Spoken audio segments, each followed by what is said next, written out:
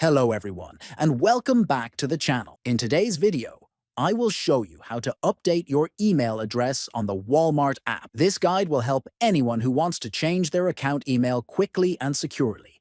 First, open the Walmart app on your phone.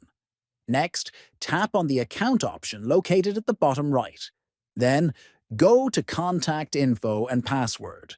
After that, look for your current email address and click on Edit next to it. Enter the new email address that you want to use for your Walmart account. Then, click on Send Code. Walmart will send a verification code to your new email address.